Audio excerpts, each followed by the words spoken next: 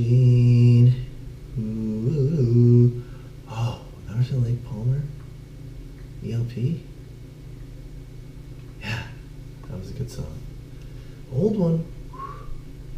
I watched Almost Famous again last night. It's pretty good. The elections are over. I think I said this yesterday. Here in Florida. Rick Scott won. He beat Nelson. DeSantis won. He beat Gillum. So, we're official. Again, Ocasio-Cortez is calling for a full overhaul of the Democratic Party for all of the young radicals to take over. Young, energized, modern thinking people. That's what she's asking for. No more ancient men. No more crazy old Pelosi. Good stuff. Smart people. I like it.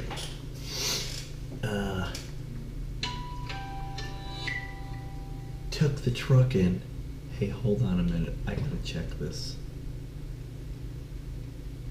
Took the truck in. Yeah. And,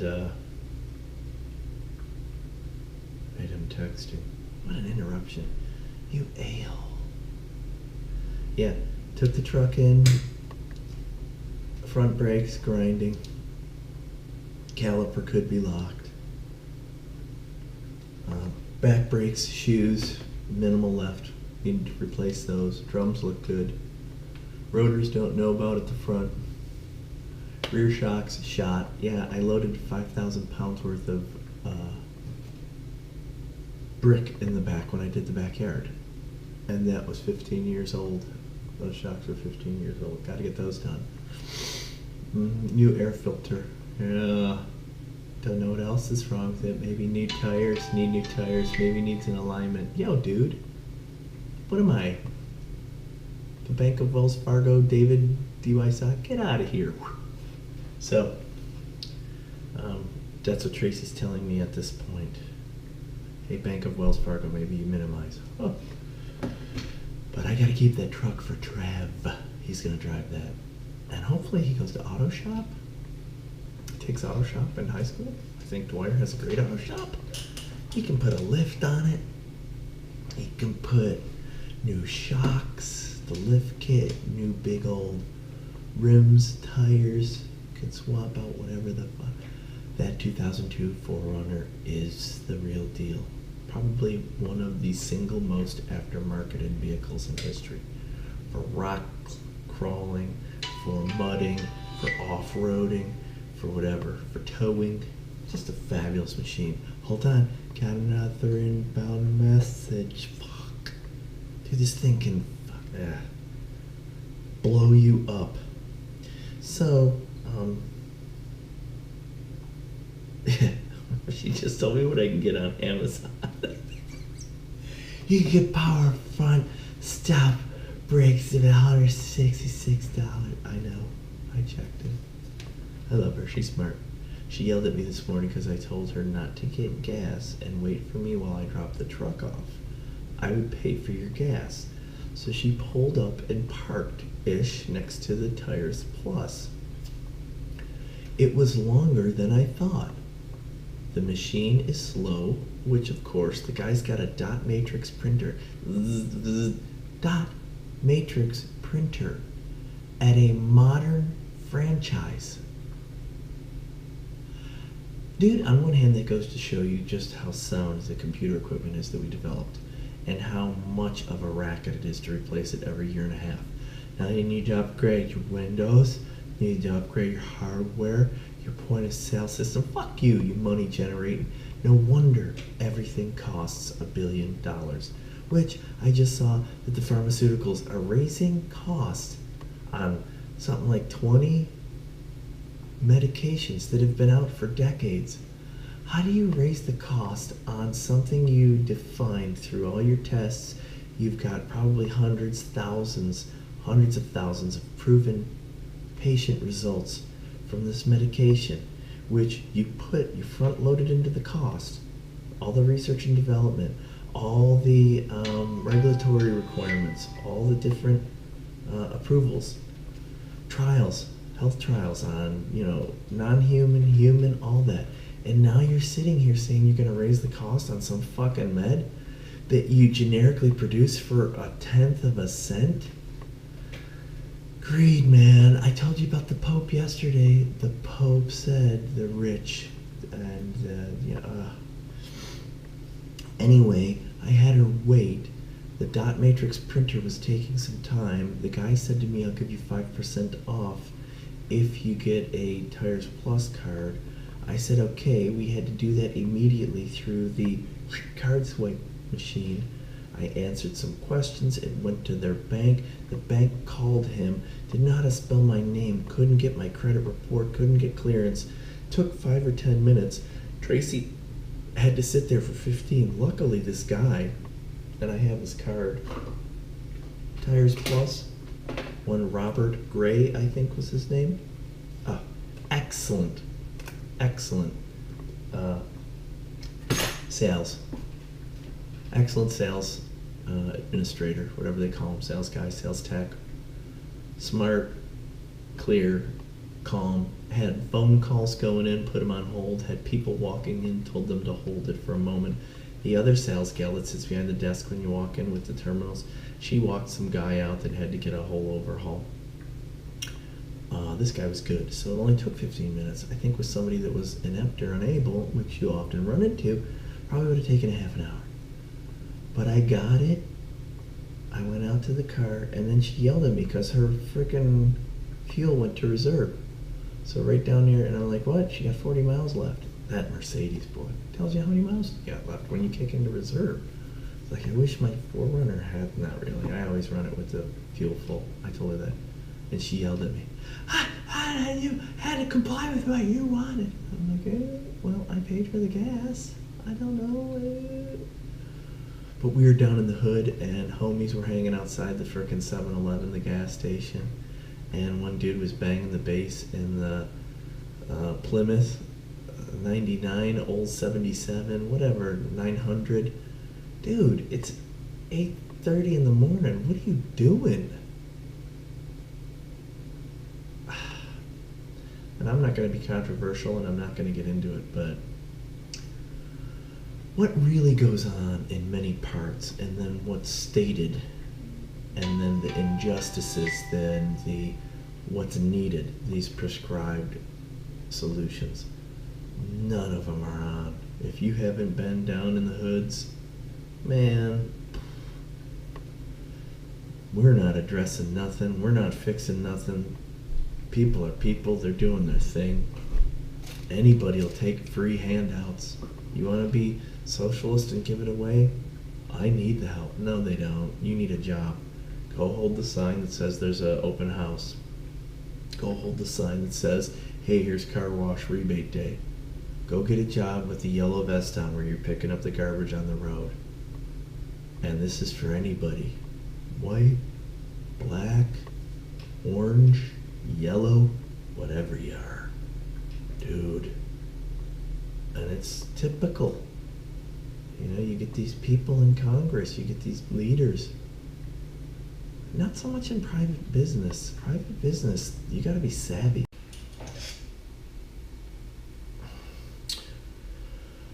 Once again, so, yeah, had to drop the truck off. And $1,000 later, we'll have new brakes and shocks and an air filter. Which is good, because as I said, I've got to give that to Trev, and he can do what he wants with it. That'll be his vehicle, and hopefully he takes auto shop and jacks the shit out of that. I think he's going to be very good mechanically. I know he is. He is very good mechanically. But we don't do that. I don't do that. I'm not a motorhead. Got some of the tools, but and you sure can save money. But that's not me. So,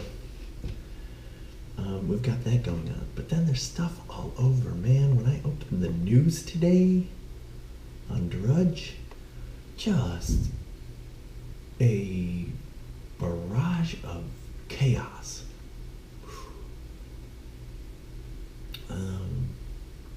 Tons of crap going on, and it's all doom and gloom and fear. Thanksgiving travel, Thanksgiving travel, gonna be insane.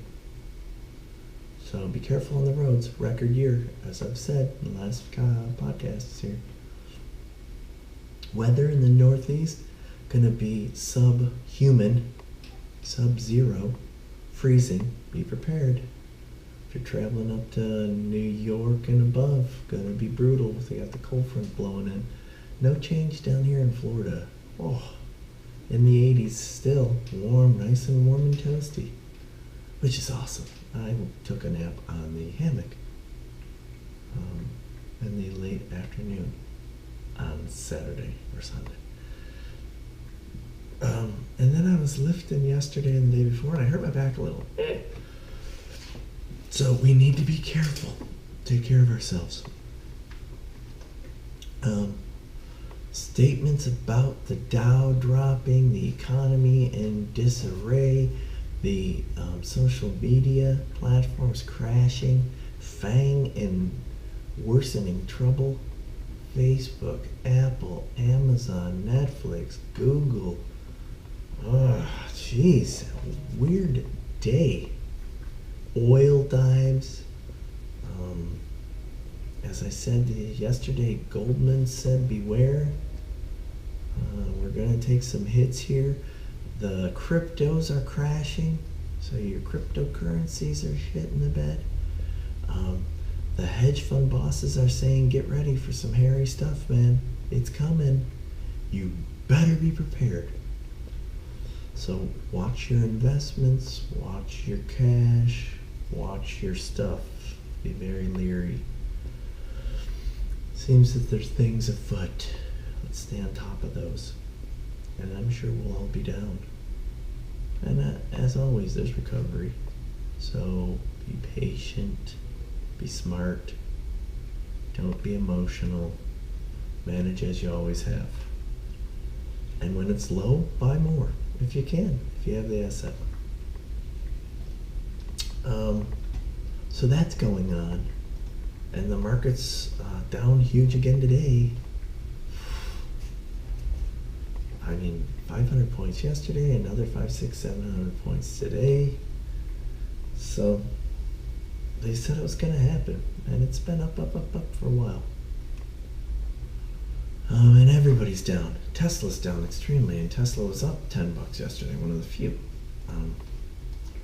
But back to this story, and I want to bring this up quickly for about 5 minutes. It seems more and more of these polio-like AFM cases are occurring in the United States of America, across 29 states.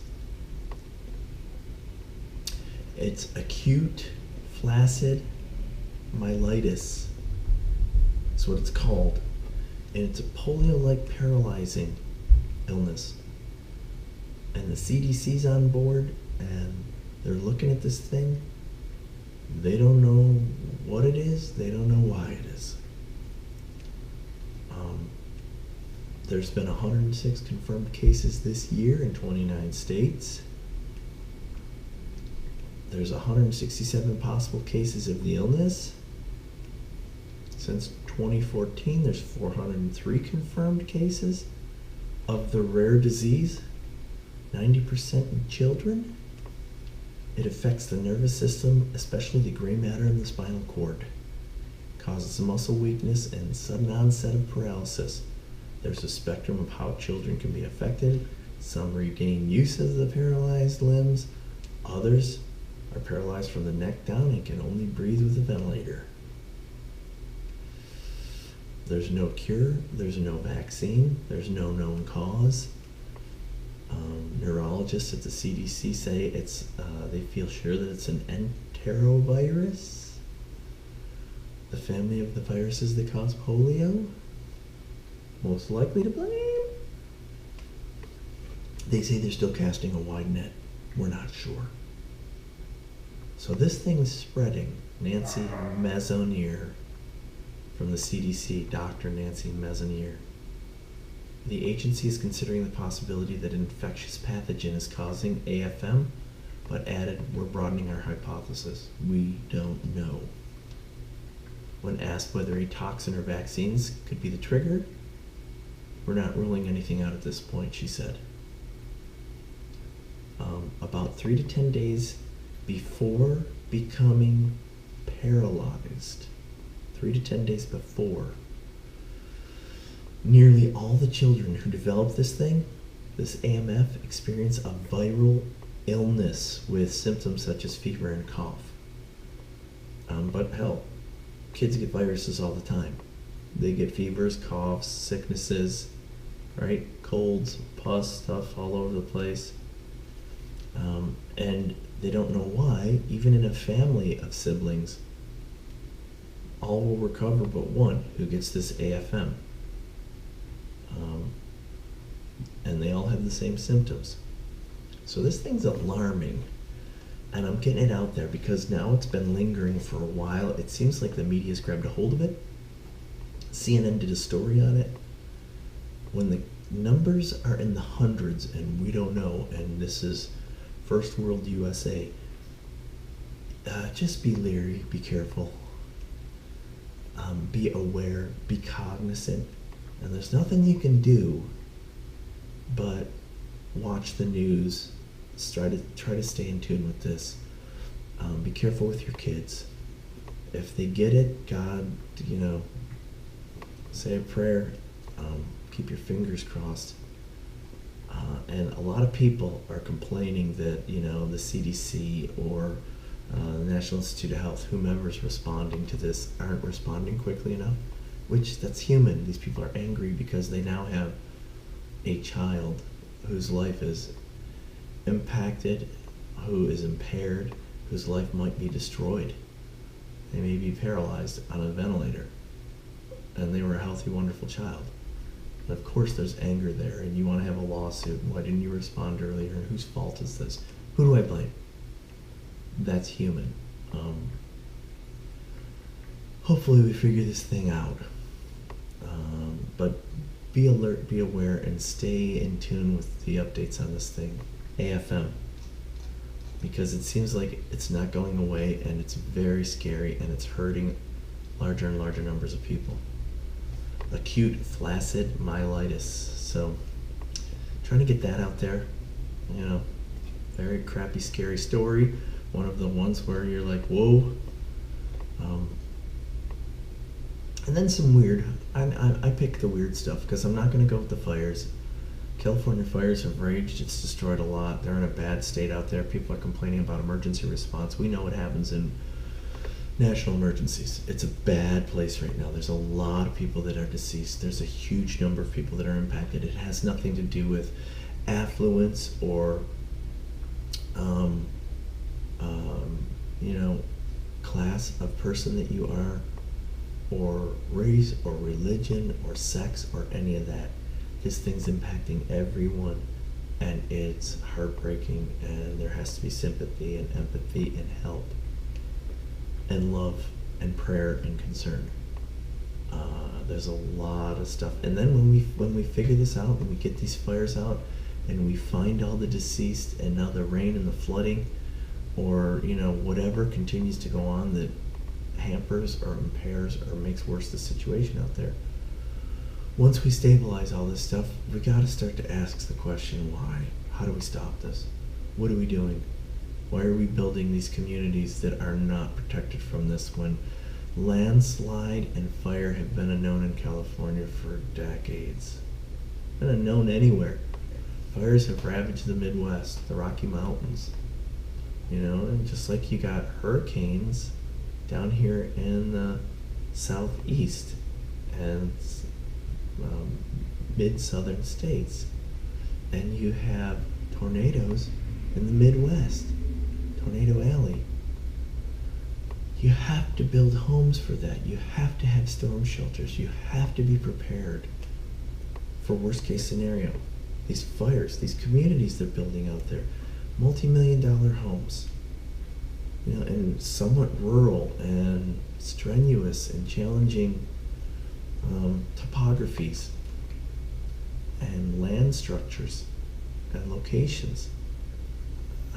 Can you get a fire company in there? Is it ever going to occur? Have you built the property properly so if the woods start on fire, maybe it doesn't impact you with the winds? I don't know. Hindsight's always 20/20, and it's terrible. So let's say a prayer and let's hope that there is some calm that comes out of this, because right now there's no calm, and it's bad.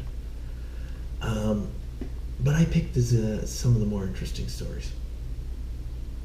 In ancient Pompeii, we all know what ancient Pompeii is, Mount Vesuvius, right there in, the Italian-Greek area of the Mediterranean. Vesuvius erupted, covered the city in ash, and it was a preserved archaeological site where we discovered it, dug it up, and found many of the common things of Greek life in Pompeii in pre and post AD, BC and AD, right? 79 AD, I think, and then a sister city, Herculaneum, which was also destroyed by the eruption of Vesuvius, right near present-day Naples in Italy. They discovered a sensual fresco in a Pompeii bedroom. Now, I've had personal friends and family members who have gone to Pompeii and seen the running water and the functioning baths and the understanding that you couldn't build potable water pipes out of lead, and the signs in Greek above a home's entrance that said "Beware of dog," and the phallic symbols around the homes that showed virility and prosperity. The everyday life of these people that was frozen immediately, and epic, because this was, many eon ago, and yet familiar. Well, they discovered in a bedroom a fresco, and the fresco was immediately viewed upon entering this bedroom or this sleeping space or this bedding space. And it details the depiction of Leda protecting the swan with her cloak as the bird sits on her lap.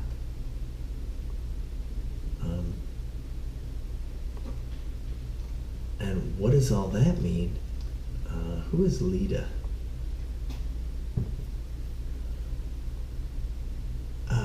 It's Queen of Sparta, Leda y el Signo, Leda and the Swan. The Regiovi archaeological area in Pompeii near Naples depicts a story art subject of Greek mythology, with Queen of Sparta, Leda, being impregnated by Zeus, Jupiter in Roman mythology in the form of a swan. This is in a bedroom, in a room in Pompeii, which when you walked into the room, this fresco, this wall art immediately was visible. And in this piece, as was stated, the nude sits with the swan on her lap, covered by a cloak which she's protecting. And she's the Queen of Sparta, and this swan is one of the gods, Zeus, Jupiter, what have you. And she's watching the spectator. She's not looking away or at the swan or down. She's gazing to the individual that's coming into the door in a very sensual manner. Almost like, the Mona Lisa has a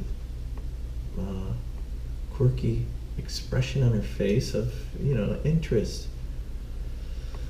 And it's pretty interesting because Osana, there's this individual who has done the research on this, noted the fresco's context of the Greek myth of love with an explicit sensuality where in a bedroom where obviously besides sleep there could be other activities. The colors are still remarkably vivid. Again, they're digging things up, so this wall appeared, and it's awesome. She's an important figure in Greek mythology. She was said to have borne children fathered by the god Zeus, the Greek version of Jupiter, and by a mortal king of Sparta. The children included the beautiful Helen of Troy and the twins Castor and Pollux. So this is depicting one of those events, the impregnation of. The hypothesis is that the home's owner was a rich merchant who wanted to give the impression he was culturally advanced by incorporating myth-inspired frescoes in the bedroom, wooing the ladies. It was a 4th century BC artist, and the artist was inspired by a sculpture by Timotheus that is similar, of Leda with the swan on her. So, interesting stuff of what we find from 2,000 years ago. Wow. And it looks like it could be here today, right?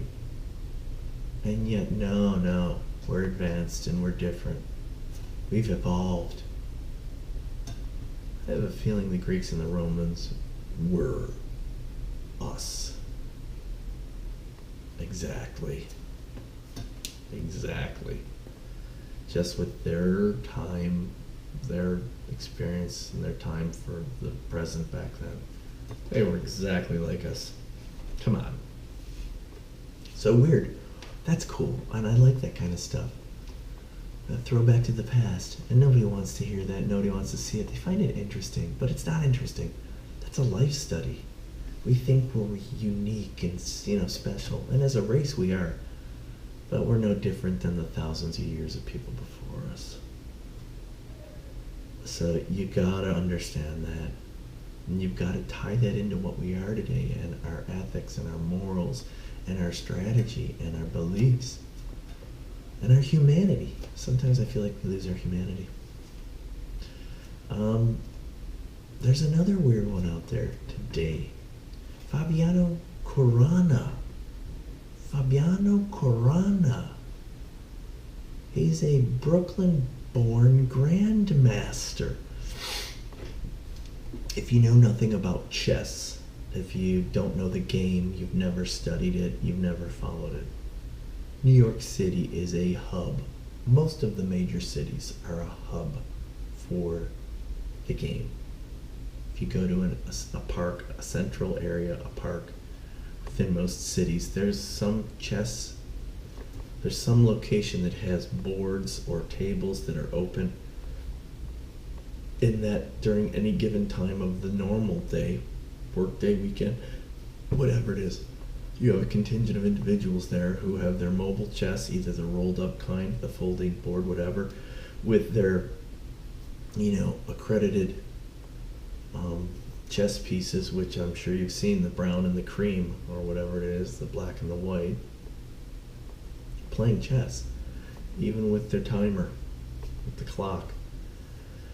New York is no exception, and many genius chess players have come out of New York, including Bobby Fischer.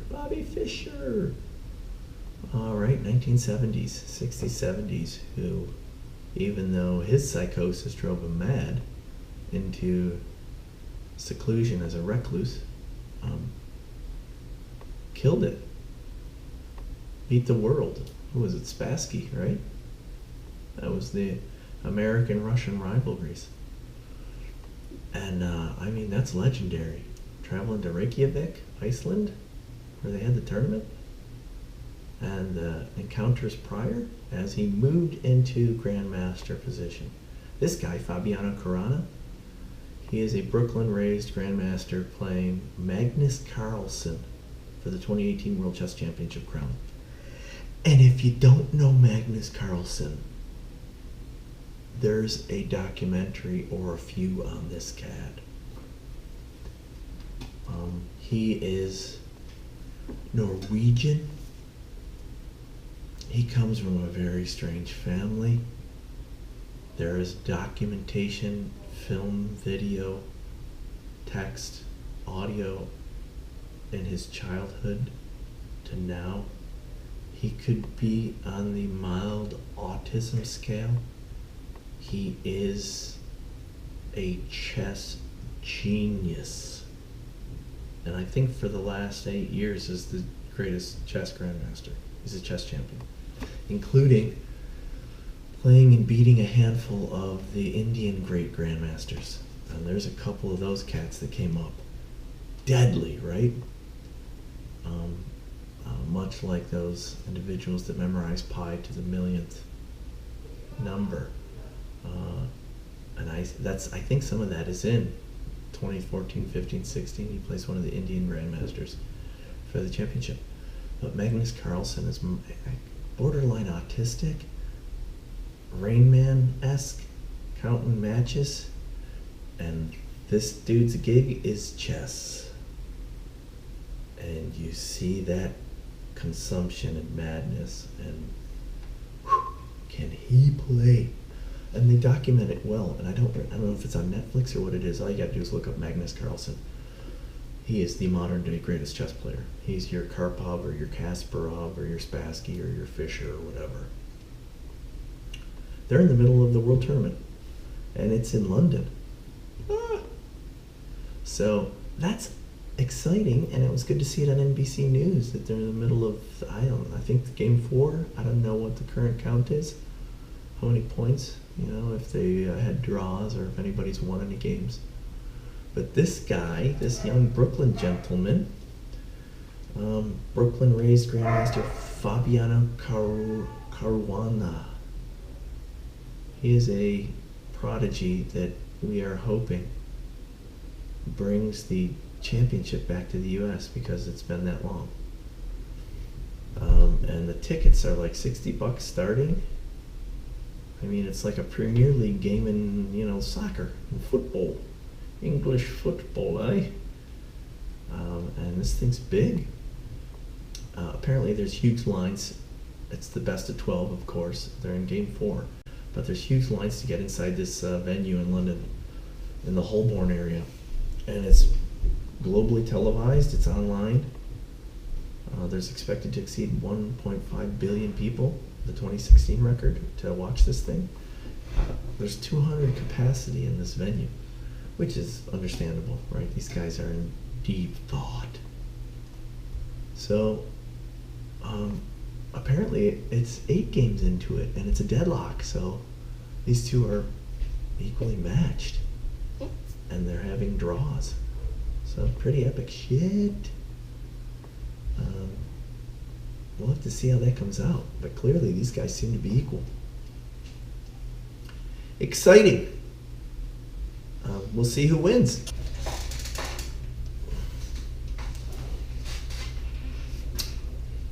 I think today we'll cut this cast down.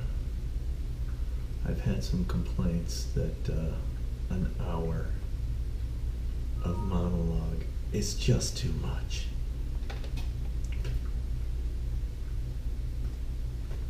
So let's see what happens here. I don't know, I'll cut it back. Though I posted a car driving vid yesterday that was like 20 minutes long. So watch that, dislike it, say that it's too long, shut up. Whatever. The masses. You have to please the masses. You have to please your consumers. Fucking consumers. I'll smack every one of you in your faces. I always tell that to the kids because Jeffrey and I were playing, it's been many years, but I played video games with the boys as they grew up. I played a lot of video games. Starting with the original Atari. Come on. There's my dog. Starting with Donkey Kong. Starting with Space Invaders, Asteroids. Starting with probably my favorite game in history. Probably the best game that I could play. And it was called Zaxxon. Zaxon. And you flew the space shuttle through a maze of a city. Much like Missile Command or something. But there were shields that would disintegrate your ship. There were enemy ships, enemy guns. And just like any other game, it had repeating levels. Zaxxon. Look it up. Rika, quiet! And here's the thing. Slap her face too. Keep bark. Yeah, Jeffrey and I were gaming one time and somebody came on and it was relatively new on the PlayStation or the whatever. I don't even know if it was Xbox. Could have been Xbox. When all that was pretty epic. Or slightly thereafter, because I recall buying an Xbox when Microsoft came out, and I got the red ring of death on that thing. And I sent it back, and they pseudo-repaired it. Remember? It had the heat stack on the processor that would overheat, and then the whole fucking unit would just go, and the ring around it would turn red and never work again. Fucking Bill Gates. Trying to rush that product out. Those initial Xboxes sucked. So they sent me a new one. That thing failed. Then I looked up online on how you could repair it. I took it apart. I repaired it. 2 years later, it failed again. And I'm like, I'm done with this stupid thing. And I worked extensively with Xbox support. And while they were relatively okay, they sort of sucked. They weren't great. And so one of my ending emails was, I'm going to sell my Microsoft stock. Screw you guys. I went Jim Carrey on them. I went Jim Carrey Facebook on them. And I think I did. I had some Microsoft shares. I sold them. You know, I'm never going to, whatever, you're never going to escape Microsoft. I bought another Xbox, a Gears of War Xbox or something for the boys. But Jeffrey and I were playing, and a dude logged on, and his tag was, I slap your face. I slap your face. Or no, I'm a slap your face. So clearly, he would log into whatever, Gears of War, or, I don't think it was Battlefield or anything like that.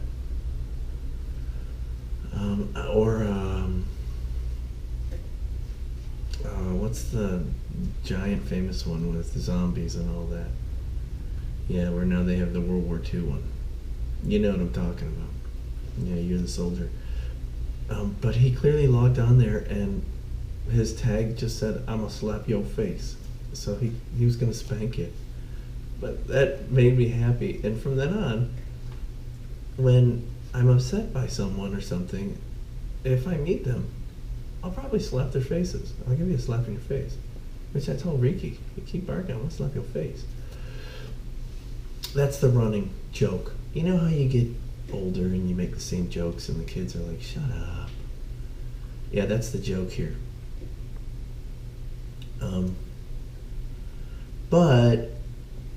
And I don't even know what my train of thought was. Who cares?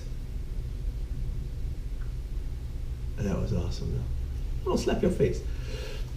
Don't know what I was thinking about. I'm reading though where Obama and Michelle and Barack have never really departed. They took a momentary break and jet-setted with the world's elite. And now, Rika, no. Oh, she's a killer, Grandpa. Killer dog. And now, they've signed stuff with Netflix. Nobody knows what it is. It could have been their memoirs or some kind of production. some kind of documentary production, or I don't know. I didn't read into it that much. They clearly have a deal, some informative deal for multiple whatevers, episodes. Michelle seems to be a 2020 candidate. She seems like she's rising. Their brand is worth $1 billion. And that's not surprising. He was probably one of, if not the most charismatic and Hollywood-style president. Better than Reagan. Better than Clinton. Better than Kennedy. Just smooth and likable and fun and American. I thought he was going to do more. I think he did things. He did good-hearted things. But you can't give this country away. Socialism and communism, equality, they don't work. They can't be gifted. They have to be earned. If they're not earned, they're entitled. They're taken for granted. And that's failure. That'll last for a generation, two, and then you start to have the fissures and the cracks. And you have infighting, and you have jealousy, and you have all your deadly sins. Gluttony and complacency and, all that shit. Man. And it's been happening for a while. We've been fighting it. But yeah, Obama suggests that Trump has racism and mommy issues. He's the head of the party, and the Democrats, they sort of don't really have a personality right now. Schizophrenic. Multiple people posturing for whatever they are. The young people, Ocasio-Cortez, the Obamas, Pelosi, some kind of, legacy, old liberal wisdom. And you can spend a lifetime in reviewing and analyzing and investigating these bullshit political parties that we have. And they're all about power. And they're all about money. And peppered throughout the good of the country, the good of humanity, the good of the people. And, just like anything else, I'm sure some of that has meaning and truth, and a lot of it doesn't. The two-party system seems to be done. But we talk about that. What are you going to replace it with? What's a better solution? It took centuries and civilizations for us to come to that. And the individuals that formulated and that evolved and modified that system over decades, hundreds of years, from persecution, from, squalor, for freedom. Those were extraordinary times. And it's been stated a lot. And the people nowadays say, hey, you can't go. Look, man. That was a really super special recipe that came together. And it doesn't matter who it was, and it doesn't matter when it happened. There's no need to qualify any of it. Through history, there are a handful of times like that where you had that evolution. The Enlightenment, after centuries of darkness and loss. And that's what we were. America and democracy and capitalism. That was a global revolution and change. And we have, and we did, and we have. So that was cool. And it's cool to see what the future is, or wherever we go. But those are other things. Yeah, the Obamas are back in it. Weirdly.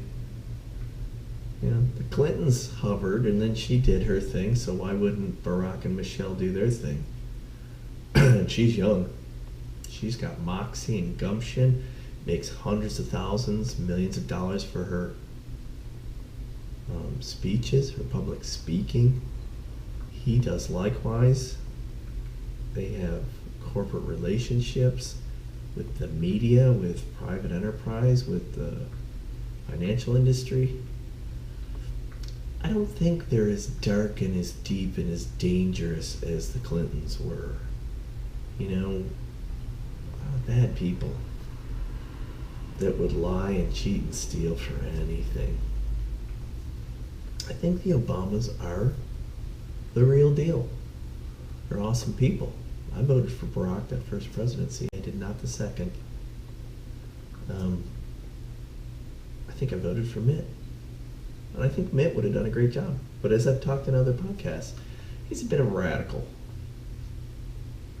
And I say that, and it's not fair. I don't want to be judged. I don't want to be critiqued, you know.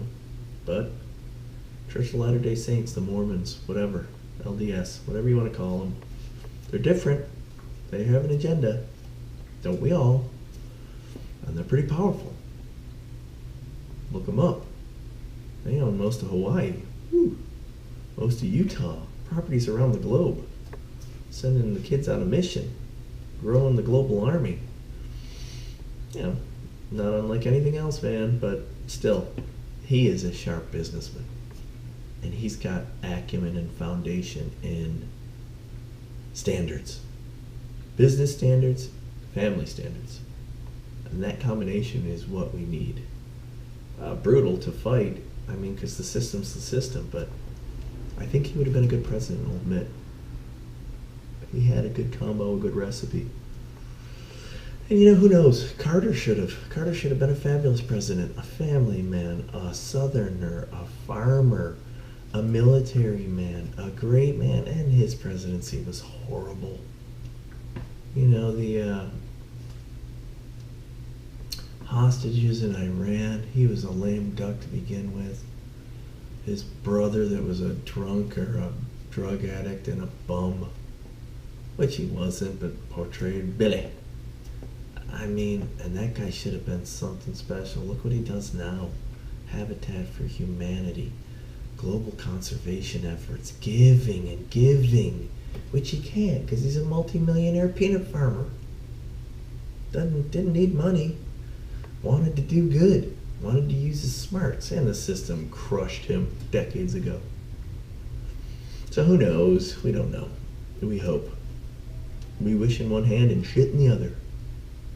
My old boss and mentor and great friend and father, and I love him, Phil Rankin. Wish in one hand and shit in the other. Same thing. Yeah, you're going to get nowhere. Got to be a doer. So, I mean, that's going on. And I don't want to drag this out, but there's other strange things in the news. But I just wanted to tighten this thing up and finish it out for today. As usual, comment, tell me what you want me to put out here. Subscribe, share with your friends. I'll do another cast tomorrow before Thanksgiving. And probably be celebrating family and love. And hope that you have a wonderful Thanksgiving and that you're safe and you travel safely and enjoy those around you and celebrate your life and your loved ones and your families in this holiday time. Thanks. Out. Ah!